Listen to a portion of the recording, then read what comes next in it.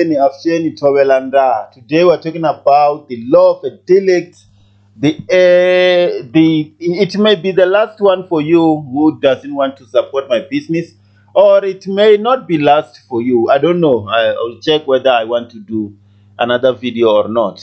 Depends on my availability. So let's go to the business of the day. Let's start with this question. As John drives into a filling station, he notices that some split petrol has caught fire. He stops, gets out of his car, and runs to the car wash bay. He grabs hold of a bucket full of water, hurries over to the fire, and empties the buckets on it. Because burning petrol can float on water, John's action does not extinguish the fire, but rather displaces it to a spot directly under Tom's car. Tom has a powder-based fire extinguisher in the boot of his car. He gets out and manages to extinguish the fire. However, his car is extensively damaged already. Tom wishes to institute a delictual claim against John.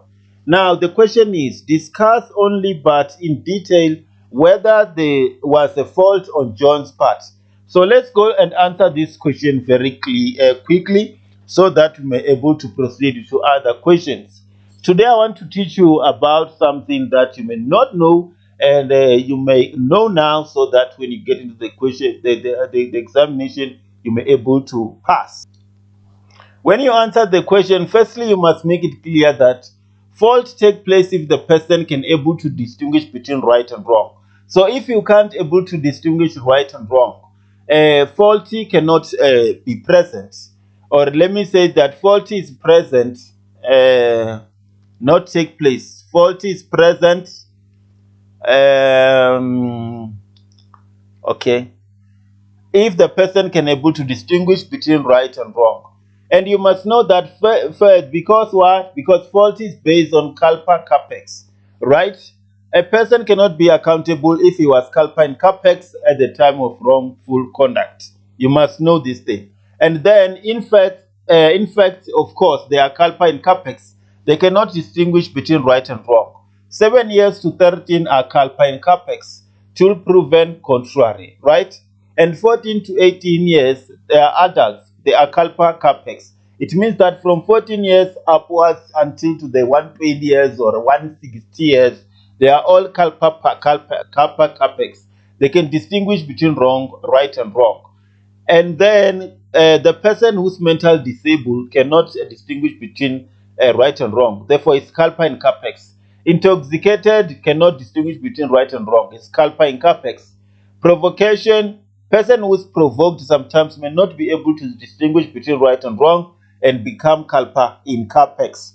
So you must know those things.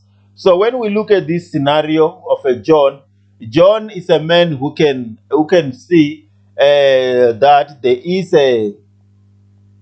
a fire. Therefore, this guy Jones can able to distinguish between right and wrong. Therefore, in this case, we can say John, in this instance, he was culpa capex.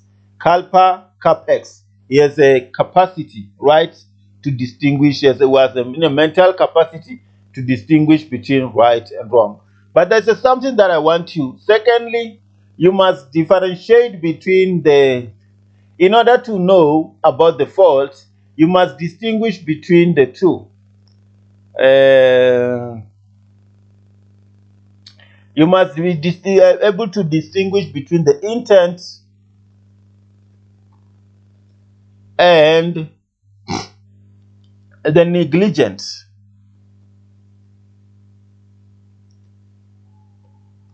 Right? Let me do this. Sorry. Yes.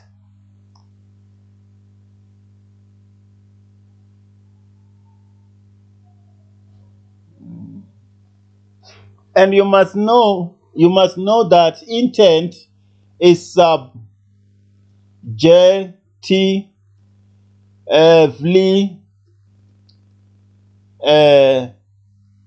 for so, right? Sorry, I have a flu, guys. Yo.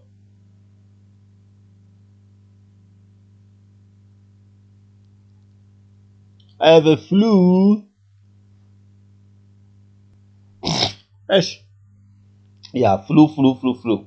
And then in the negligence, it should be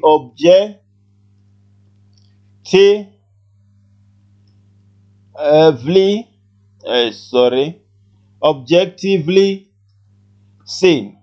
So this is the difference between intention and negligent. In the intention, it should be subjectively foresaw, and then in the negligent, it should be objectively foreseen. Maybe of you do not understand. Subjective, subjective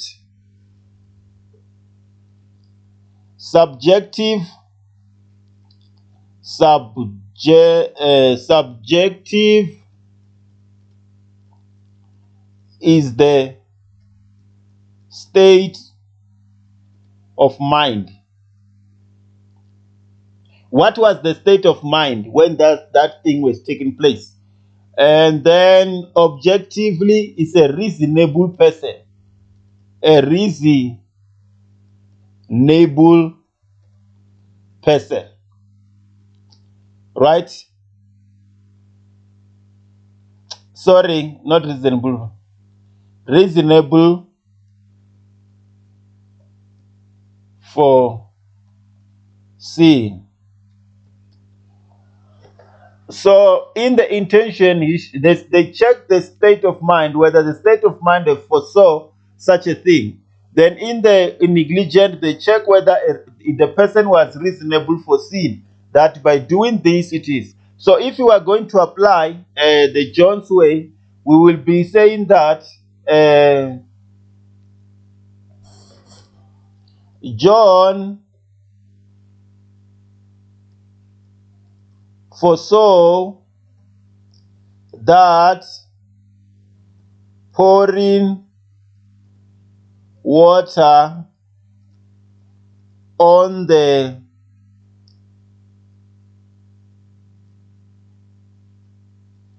petrol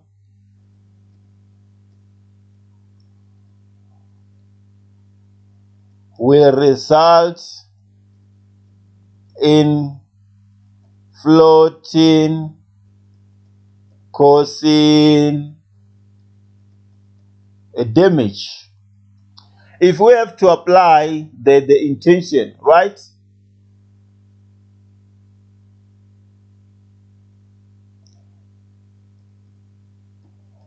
Nevertheless, it proceeded. That's when we are talking about if we are applying the intention in the statement, right? If we are applying the statement, we will say that John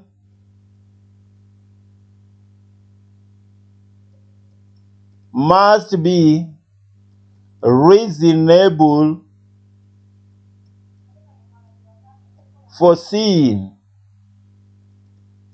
that pouring water on petrol will result in floating, causing a damage. However, nevertheless, it proceeded. Nevertheless, it proceeded. So you must write nevertheless, it proceeded. So this is the difference. Here, John should be foresaw. Subjectively, which stated that he should subjectively foresaw. Right? We can state here that John should subjectively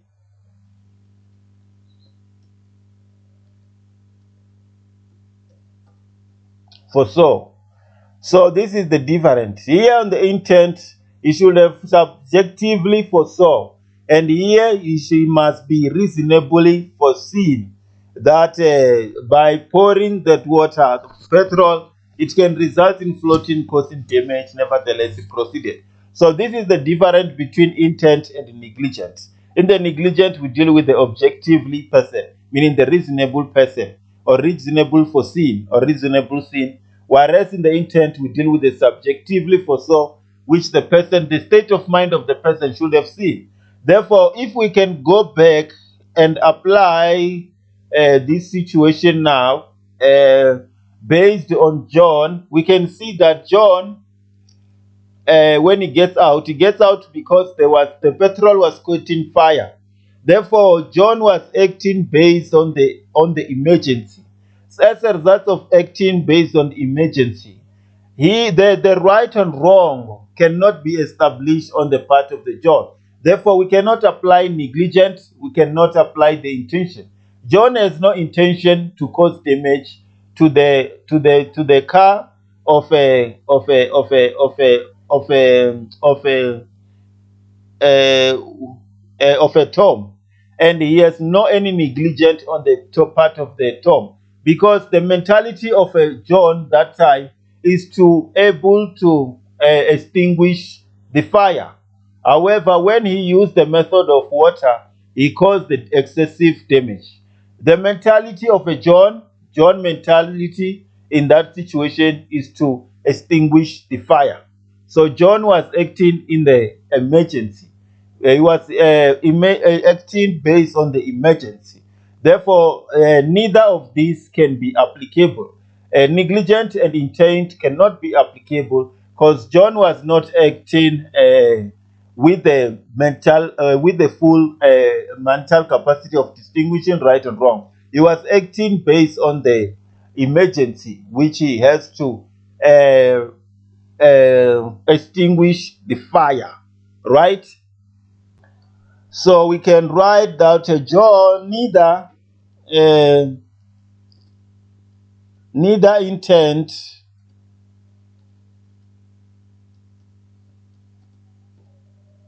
nor negligent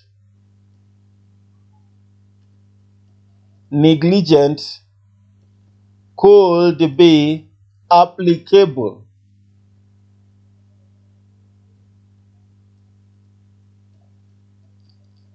Because John is acting, because John action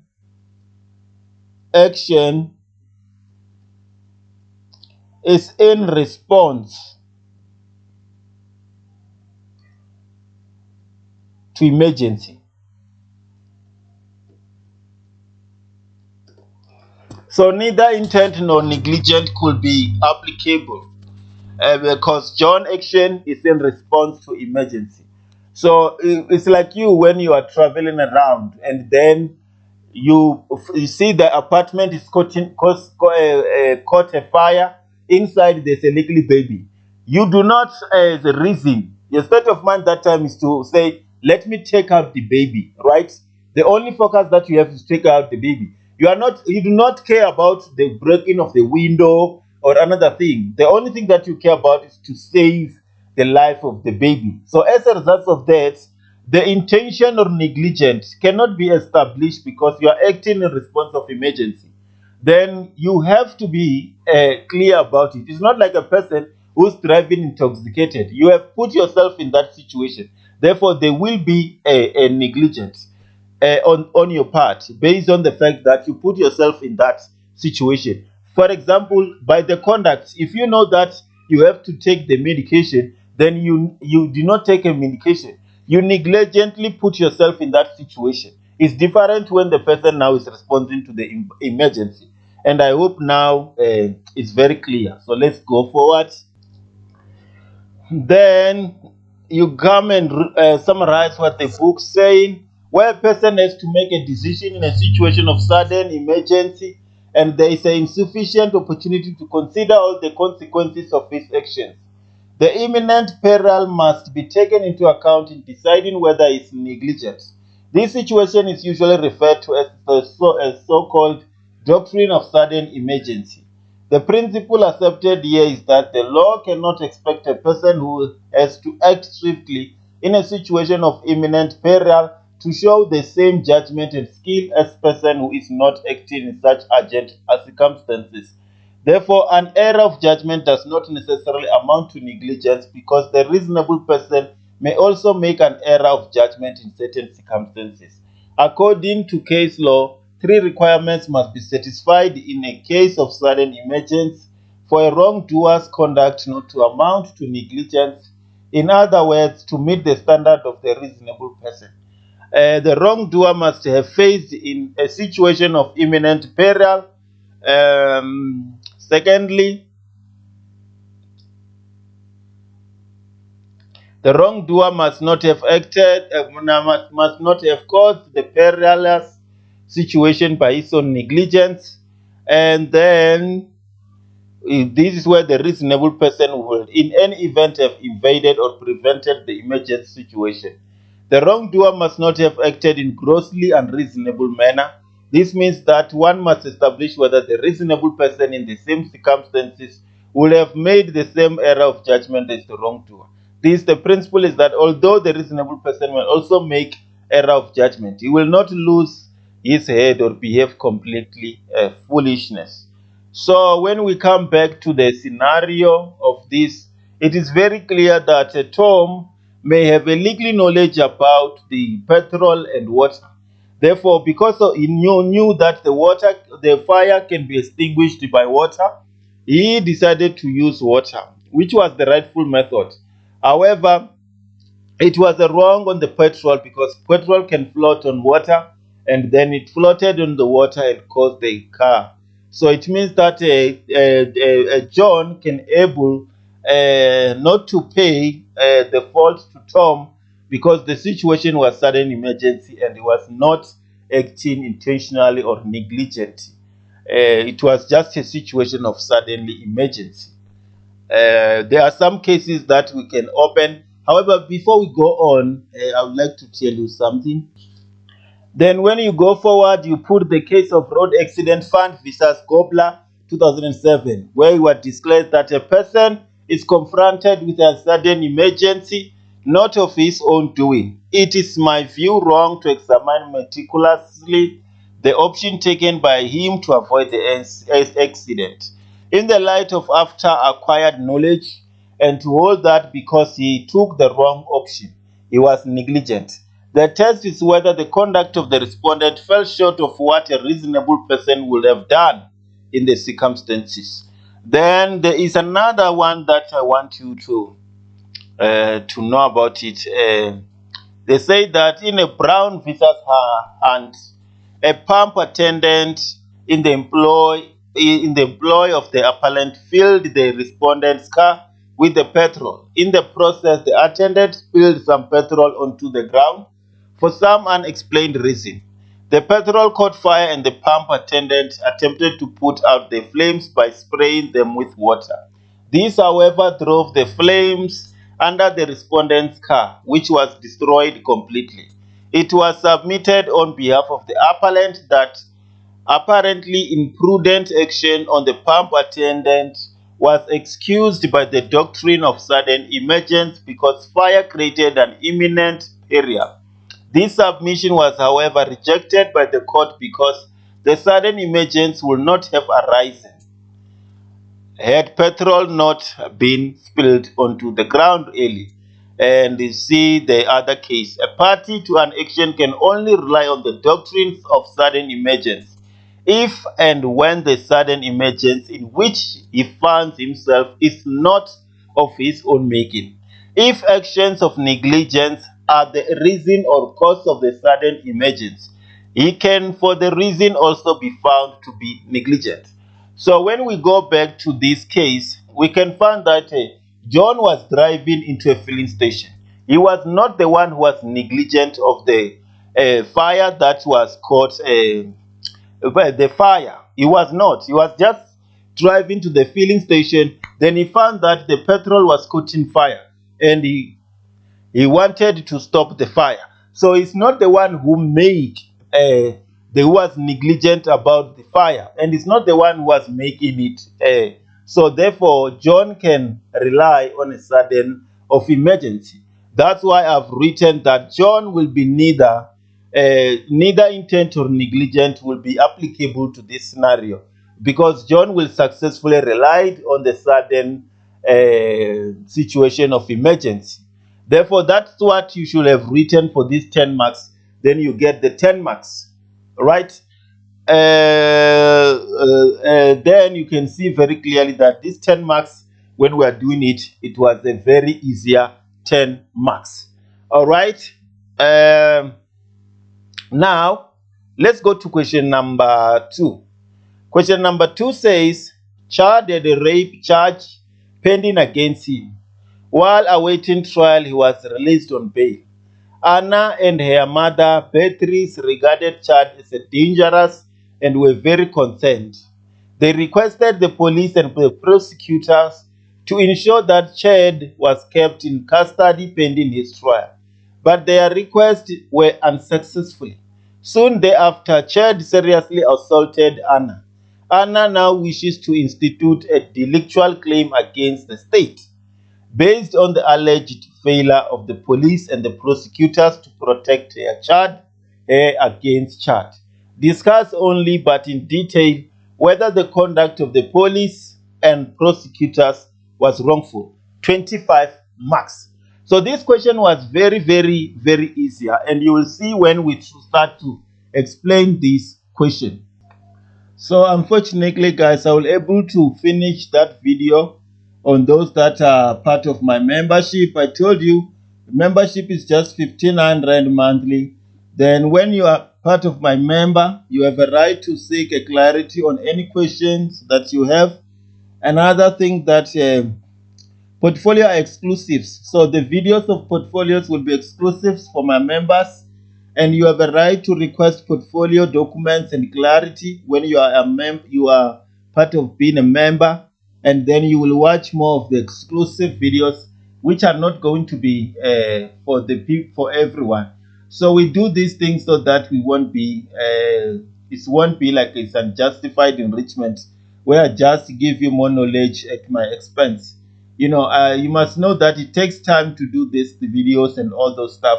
So even the person who support me through the donation, such a person can become the better friend.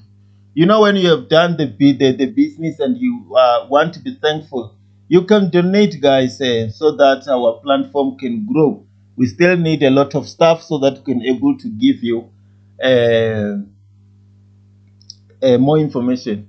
Those ones to donate, they can donate to these numbers 061 984 2135. So you just WhatsApp those number, you WhatsApp, then you say that you are very grateful, you want to donate. So guys, I will answer to the exclusive. I will upload the video later full of the questions, and those who are who are my members will able to watch the video of a delete. Thank you very much, guys. Next time.